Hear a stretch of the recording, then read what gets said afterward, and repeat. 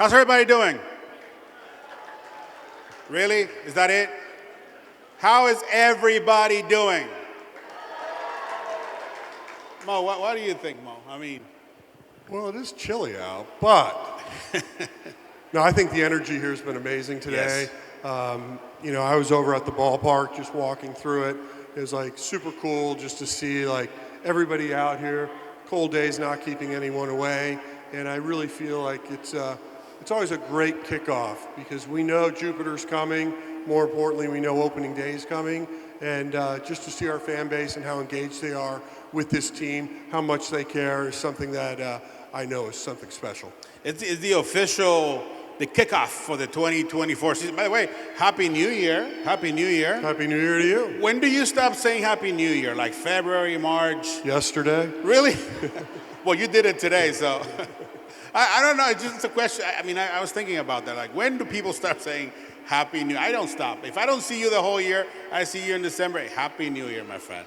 Well, there we have it. Keep it going. Yeah, let's keep it going. Mo, as you know, like you said, Cardinal fans are passionate, and they let you know how they feel about anything. They let me know. They let you know. This offseason, I tell people, if we don't learn from last season, then we're not ever going to learn. What did you learn from last season moving forward, not only to 2024, but the future of this organization? I think last year, the one bet we made, and I remember sitting here a year ago talking about trying to give some of our younger pitchers an opportunity. Two things really occurred last year. One is we realized losing the voice of Yadier Molina, Albert Pujols, and to some extent even somebody like an Adam Wainwright because he was injured, we lost that veteran presence, and that was a big deal. And then we ended up putting a lot of pressure on some of our younger kids or younger players to try to pick up that slack. And so we entered this offseason making sure we didn't make that mistake happen again. And really what we wanted to do was make sure that we had some veteran guys that understood what it means to go pole to pole. Pitchers that know what it means to take the ball, meaning they're going to get 30 starts or 35 starts. And so when you look at what we tried to accomplish this offseason, that's what we tried to do. So Sonny Gray, Lance Lynn, Kyle Gibson, these guys are pros. They know what it takes to win. They know what it takes to compete day in and day out. And I think just from an overall cultural standpoint in that clubhouse, they're going to be voices that our younger players can lean on. And they won't be afraid, especially I know Lance Lynn is not going to be afraid to walk in there again and say, hey, I know I've been gone for a while, but this is a place where I grew up. This is a place that I love. Let's do it this way. Why was it important? Again, he's a veteran. He's a veteran. He goes out there, he grills, he hustles, he grinds. But why was it important to bring that guy in, somebody with Cardinals experience? Well, it's always nice to have somebody that has the Cardinal connection because they understand our history. They have appreciation for what this organization is all about. But I think the main theme with all three of these pitchers were they wanted to be Cardinals. If you think about when they signed, this was right around Thanksgiving. The market hadn't even really heated up yet. There was a lot of certain uncertainty on what might happen in free agency. But these guys wanted to be here. And I've been doing this a long time. Guys that want to be here tend to have good outcomes. Guys that were begging to be here usually don't. So, I feel like having players that really believe in this organization, believe in what we're trying to do, was critical to what we tried to do this offseason. One big change in the coaching staff. Joe McEwing moves to be one of your assistants or consultant. Daniel Descalso, another guy that knows what it's like to be a Cardinal, that knows what it means to do things the Cardinal way. Let's talk a little bit about Daniel Descalso. I like it a lot, and I'm sure you do too. Thank you. Obviously, last year about this time was when we learned that Matt Holliday was not going to take the job as bench coach. So we had to audible really quickly. I reached out to Joe McEwing. He did us a solid, came in. I think really it came down to really the working relationship with Ollie and what his expectations are. Danny Descalso was working for Arizona Diamondbacks. He had a lot of interest in joining a coaching staff, and so we decided to give him this opportunity. Talented guy. Look, I remember when we drafted him, watching him come up. He was always part of that Memphis Mafia kind of group. And the one thing he understood is how to win and what it takes to win. And I think when you put those types of people around your players, people benefit from it. And look, we know he's got a high baseball IQ. We know he wants to be back here in St. Louis. That's a great combination. And obviously, I mean, I know people, whenever they hear the name of Yadier Molina, he's back with the Cardinals officially, also part of the group that is going to help you or going to be part of the front office. Yesterday, I was watching the news, and there's something about now you can add not so much coaches, but personnel inside the dugout in the game. And all you have to do is, tell the umpires, hey, so-and-so, hey, Polo's going to be wearing a uniform down there, so if you see him down there. You're not asking, are you? Why not? Maybe at least once. I can be a bad boy. I used to be a bad boy when I was little. That's fair. So, let's talk about the rule itself and, of course, the presence of number 4. So you guys excited about Yadi coming back? That doesn't sound exciting at all. That does not. No. I will let Yadi know.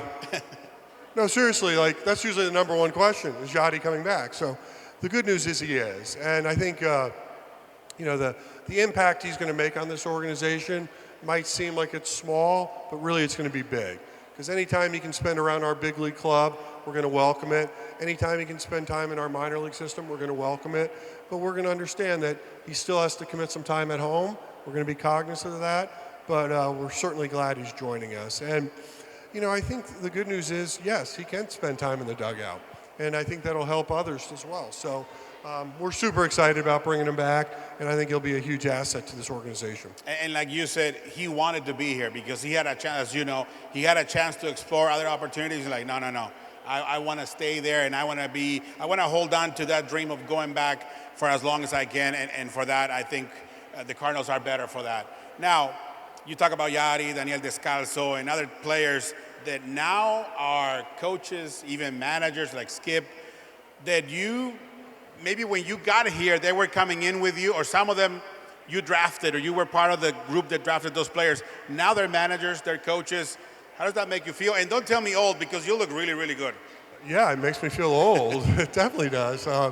Actually, I was in the elevator for the front office, or to get you to the front office earlier, and I'm like looking at all the ex-player pictures on this wall, and I'm like, oh my God, like I know well over half of them. And the other half was like Stan Musial, Red Shaney's, and others who I actually had relationships with before they passed. So the history of this organization and really to be a part of it, I think I'm going on my 28th year now with the Cardinals, so it's been a long time. 28.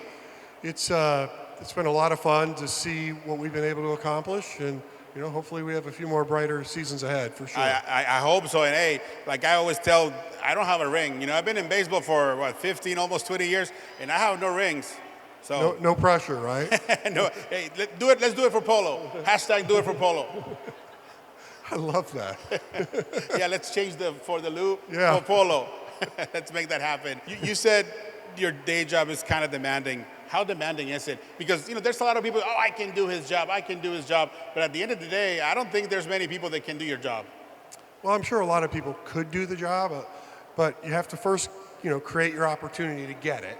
And then when you get it, you got to do it right, or you go bye-bye. Yeah. So that's the challenging part of this business. But, it's the best part about my job is this, being able to talk to fans, really have open discussions on some of the decisions we make. I get it. Some of the decisions we make are not always the best. We make mistakes. But remember, maybe your job or what you do for a living, when you make a mistake, it's not front page news or, people are reading about it or debating it. In my world, it is. And it's you got to be thick-skinned, but you also have to be humble enough to know that we do make mistakes. We do. We all make mistakes. Now, I hope I'm not making a mistake now. We're going to open it up for the fans. If somebody has a question or two, you can ask about anything. Obviously, let's keep it clean. There's a lot of kids around here. Did you say keep it clean? Keep it clean. Okay. Yeah, keep it clean. Thank you. Yeah, that's why Twitter exists. So you can be nasty on Twitter, but here, let's keep it clean. Question, my friend. What's your name? Where you from? Eric from St. Peter's. First of all, congratulations on your acquisition for the pitching staff this year. What is the off-season workout for Steven Matz been? We got to keep him healthy. You know, he's had a couple of fluke injuries over the last couple of years, so I'm anxious to hear about that. What's his workout regimen been? Yeah, so good to see you again. I think you lead us off every year, too, by the way, yeah. We'll just have to write that down. Steven Matt's question, in terms of what's he doing this offseason to maybe improve his odds of having a successful and healthy season. So the one thing that we are doing different with him is he's been on a constant throwing program all offseason. Because the past 2 springs, he would come in and then really try to ramp himself up. So we just felt like maybe trying to do something a little different. And so he's been throwing all offseason. Now, he's not necessarily off the mound yet doing bullpens, but he'll start to do that very shortly. But we are hoping that doing it a little differently this year might make a change, because you're right. For us to truly be successful, it'd be great to see him get 30 starts. Good morning. This far in the offseason, you've added 3 starting pitchers. Are there any intentions to add more pitching, whether it is in the bullpen and the pitching staff? And if not, do you feel that what you've done this far would be enough to have a 15 to 20 win swing in order to make the postseason this year? Yeah, a couple things. And first off, we're never done. So there's always opportunities that may be out there. You'd love to always say you're done. That way you can take a couple weeks and enjoy yourself, but that's just not how this business works. So you always have to just be prepared and remind yourself that there might be something that makes sense for us to do. So it wouldn't shock me to see another addition or 2 by the time we get to spring training, or even into camp, for that matter. In terms of like, why do we think we're going to be better this year than we were last year? A couple things come to mind. One is, I think when you look straight across the board, starting pitching, relief pitching, everyday club, we just did not play very well. But the fact is, Vegas thought we were going to be better than we were, right? So something happened in all of this. And I do think that when we got off to that slow start, I think it just got compounded by the stress of trying to do more than we really should. We got away from doing the little things. You know, learned a long time ago, if you don't do the little things, you're never going to do big things.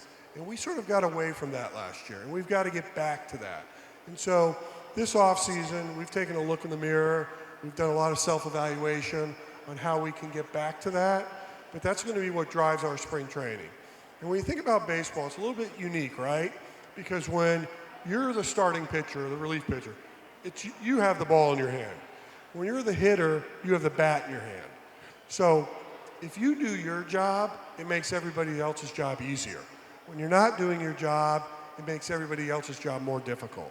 And I think that's what happened last year. And so I'm not going to get up here and give you all the excuses of why we lost, but I do believe this team can right itself and get back to where we were, or get back to where we were expected to be a year ago. And so I think changing the vibe in the clubhouse was important. Getting that veteran voice in there was important. But now we got to get back to doing the little things right. I have a quick one. I don't know if we have another one. Kind of like to follow up on that. Do you like what's going on with baseball? And I mean, I don't know how much can you talk about this, but specifically what's going on with the Dodgers, right? They brought superstar power, but the money is kind of deferred until 10, 15 years from now. Do you think that is good for baseball? And I'm not saying that the Cardinals can do it or not. I find it very interesting, and I don't think it can help a lot of teams, but obviously it helps them, and it's in the rules that you can do that. But how do you feel about that? Well, so we are a team that has used deferrals in the past, so I can't sit up here and say like I'm totally against it, but I've never really seen this large of a deferral. So I think that sort of changes a little bit of how you think about the economics of the game. But I think overall, baseball has always been sort of the haves and have-nots, right? I mean, the evil empire was the New York Yankees for years. Now all of a sudden you think the Dodgers might be representing that. But you know, teams play on different scales. You know, we base our decisions based on revenues, and that's how we make decisions.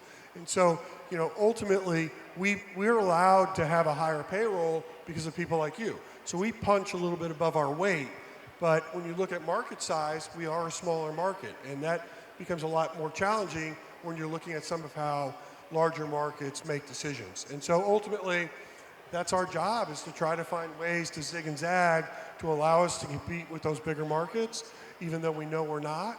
But that's the importance of, having a solid revenue base, a solid fan base, so we can optimize that. But that's why, probably the biggest difference is that's why we really can't make the mistakes. So when we do, we sort of pay for them a little bit more.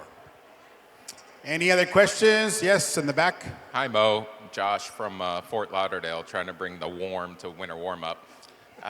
It feels like we're at an inflection. That didn't really work, did it? No. It feels like we're at an inflection point, and you look at certain writing on the wall, like Ollie's in the last year of his deal. You got Goldie in the last year. Even the new signings were like 3 years or less. So the question is this, you plan for the worst and hope for the best, but if we get to the middle of the season and we're not doing well, how do you feel about just a total tear-down rebuild like the Astros did, like the Cubs have done, and so forth? Wow. Josh asked a very difficult question, the complete teardown, complete rebuild. And I feel like it's a very difficult question for us to do, or maybe a strategy to actually try because of our fan base. When you think about teams that are willing to do the teardown, start over, they're willing to basically go dark for a couple years. I don't think we're in a position to do that. And so did we leave ourselves a little door by doing the strategic way with those contracts? I suppose you could argue yes, but that really wasn't why we did it. We really do believe in our young core coming. We're super excited about what we have.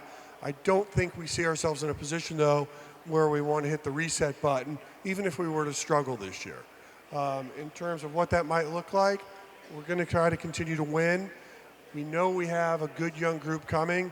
We're super excited about what we have at Memphis, so we really do feel like there's some momentum for future years. And so the strategy of going shorter really was just more because of the types of guys we're trying to acquire. Again, that theme of guys that wanted to be here, and that's why we ended up doing what we did. There you go. One more, and then we go. That's it. He has one. Yeah, right here in front. Thank you, sir. Over, very simple. Over, under of number of wins. Of wins. Boy, if I answer this, I'm going to get fried. So yeah, and then you have Katie, you have Tamar, you have what's his name? Hi, the Katie. guy from ESPN, and then you have Derek Gould, and you have Lynn over there. Yeah, so I can't answer that because whatever I say, I'm going to get no, it won't work. But look, I expect us to be a good team. Expectations are high, and we want to get to October, and we want to have a run in October, and our goal is to win it. And I believe we will. And that's KB. I truly forgot this time. I was not trying to be funny, KB. Yes, one more, and that's it. She's asking about the schedule and how last season we played every single team and we played less games against Central Division rivals, and that's pretty much here to stay, right? Yeah, so in the last CBA, now you play every American League team, and it just flip-flops every year, whether it's home or road. So what does that do to the Central Division? That means you play them 3 less times, basically, or actually 4. So, yeah, you get less Cubs, but you see the entire league. Here's what I think about that schedule. I think we learned a lot from it this past year, but you hear this phrase a lot down in the clubhouse, game planning or advanced scouting, and that really got stressed last year because in the past when you're playing your division so much, it's a lot easier to plan. You don't have to do the work, but when you're playing a team like Seattle or Oakland, somebody you're not that familiar with, a lot more work has to go into it. So this year, that's why we are adding a couple additional coaches into the clubhouse to really help with that game planning. But I hope for fans, they like seeing the entire league. I do think from a ticket standpoint, we did see a bounce, but of course you lose that rivalry with the Cubs, which is disappointing. But also last year, remember, 2 of our home games against the Cubs were played in London, so hopefully that balances out in the future. There you go. Again, thank you so much. Mo needs to go sign some autographs. So how about a big hand to the man who's going to get me a ring, John Mozeliak. No pressure. Thanks, guys. Enjoy it. Hey, Have thank fun you this so much for weekend. being here. Happy New Year. Let's go Cards.